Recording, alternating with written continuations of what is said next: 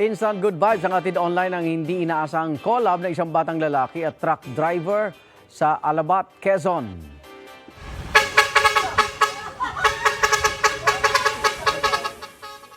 Yan ang 3 taong gulang na si Vince Marcus na halos mabali ang bewang habang sinasabay ng busina ng truck.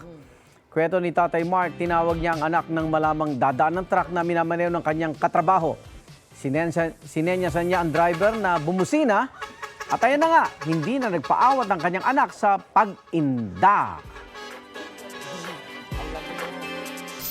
Igan, mauna ka sa mga balita. Mag-subscribe sa GMA Integrated News sa YouTube.